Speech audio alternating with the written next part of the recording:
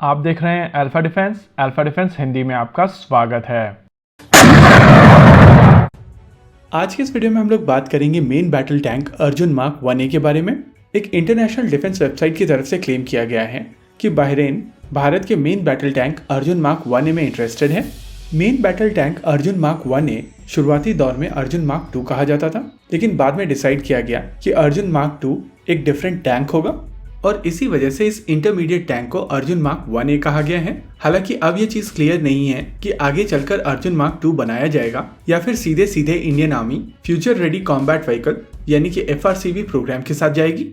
यह आर्टिकल दो international website की तरफ से किया गया है, एक है टैक्टिकल रिपोर्ट और दूसरी आर्मी रिकॉग्निशन। हालांकि टैक्टिकल रिपोर्ट का आर्टिकल पेड आर्टिकल है और आपको वो आर्टिकल पढ़ने के लिए एक सब्सक्रिप्शन फी पे करनी पड़ेगी। हालांकि दोनों ही आर्टिकल में लिखा एग्जैक्टली सेम चीज ही है।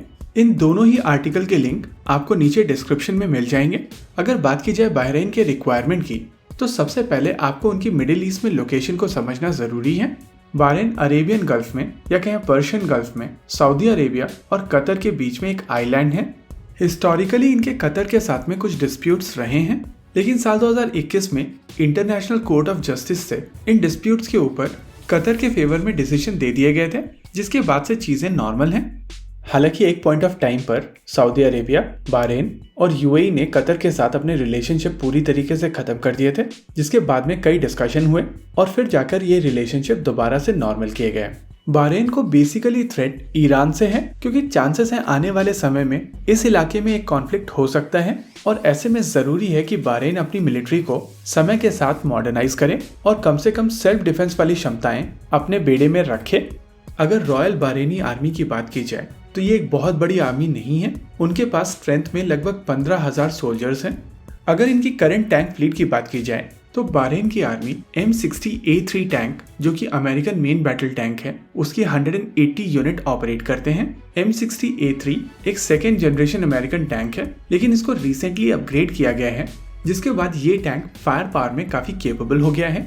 इन टैंक्स का अपग्रेड इटालियन कंपनी लियोनार्डो ने किया है और इस अपग्रेड के बाद में इन टैंक्स को एक 120 मिलीमीटर की मेन गन मिली है, state of the art fire control system मिला है और नए एड ऑन आर्मर पैकेज मिले हैं।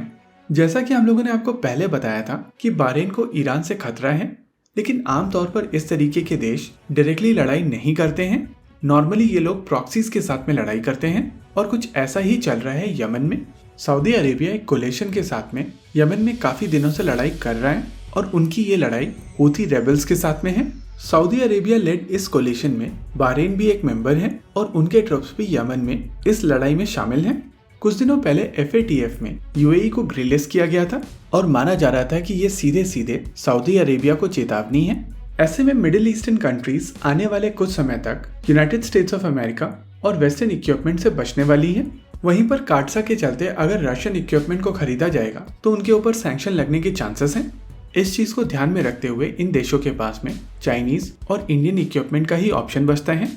यानी कि अगर ये डिस्कशन आगे बढ़ती है तो MBT Arjun mark 1A VT4 के साथ में कंपटीशन में जाएगा और इसी वजह से ये देखना काफी दिलचस्प होगा कि फाइनली कौन सा सिस्टम बहरीन की तरफ से पिक किया जाता है।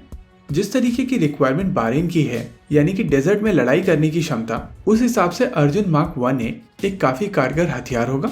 लेकिन आमतौर पर जब एक्सपोर्ट किया जाता है तो वेपन कैपेबिलिटीज के अलावा जियोपॉलिटिक्स, फाइनेंशियल्स और लॉन्ग टर्म स्ट्रेटेजिक रिक्वायरमेंट को भी कंसिडर किया जाता है। इसी वजह से ये देखना दिलचस्प होगा कि इवेंचुअली बहरीन कौन से सिस्टम को पिक करता है। वैसे एडवर्टाइजमेंट भी एक इम्पॉर्टेंट पहलू है, लेकिन ये एक ऐसा एस्पेक्ट है जहां पर सरकारी कंपनियां तो खराब हैं ही हैं, लेकिन प्राइवेट कंपनीज भी वही गलती करती चली जा रही हैं।